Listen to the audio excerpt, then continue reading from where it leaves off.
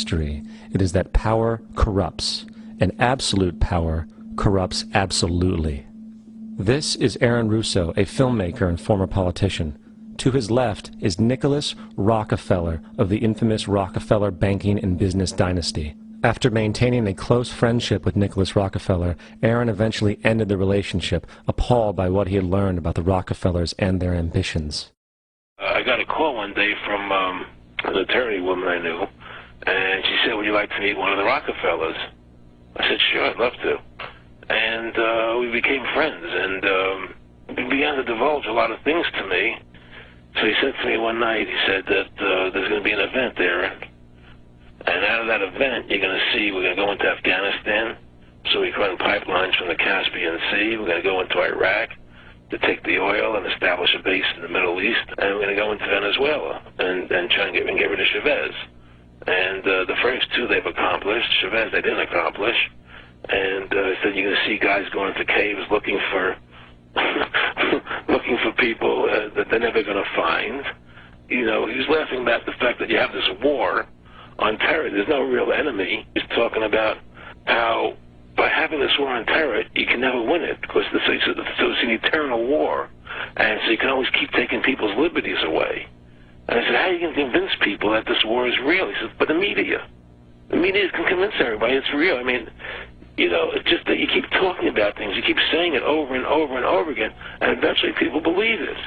You know, you created the Federal Reserve in 1913 through lies. You create 9/11, which is another lie. Through 9/11, then you're fighting a war on terror, and now all of a sudden you go into Iraq, which was another lie, and now they're going to do Iran. You know, and it's all one thing leading to another, leading to another, leading to another. Now, I would say that, what are you doing this for? What's the point of this thing? You have all the money in the world you ever want. You have all the power. I said, you know, you're hurting people. It's not a good thing. And he would say, what do you care about the people for? Take care of yourself and you take care of your family. And then I said to him, what are the ultimate goals here?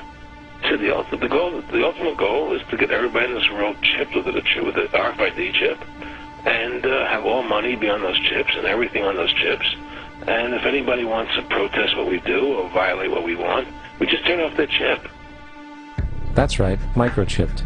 In 2005, Congress, under the pretense of immigration control and the so-called war on terrorism, passed the Real ID Act, under which it is projected by May 2008, you will be required to carry around a federal identification card, which includes on it a scannable barcode with your personal information.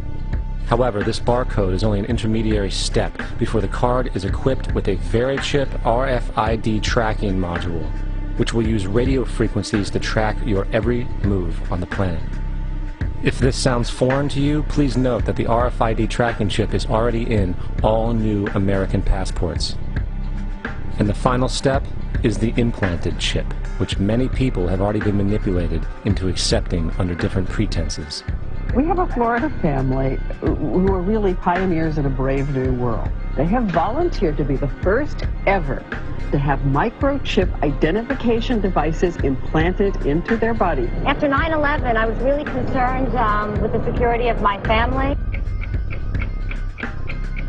I wouldn't mind having something planted permanently in my arm that would identify me.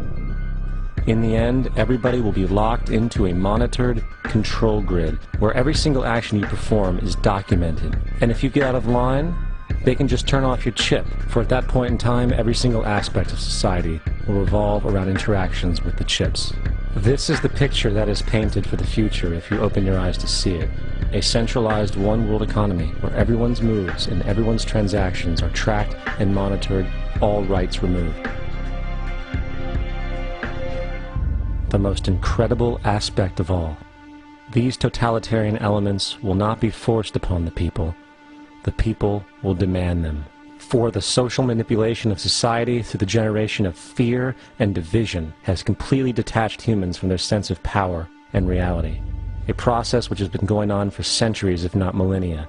Religion, patriotism, race, wealth, class, and every other form of arbitrary, separatist identification and thus conceit has served to create a controlled population, utterly malleable in the hands of the few. Divide and conquer is the motto, and as long as people continue to see themselves as separate from everything else, they lend themselves to being completely enslaved. Freedom is the only way, yeah.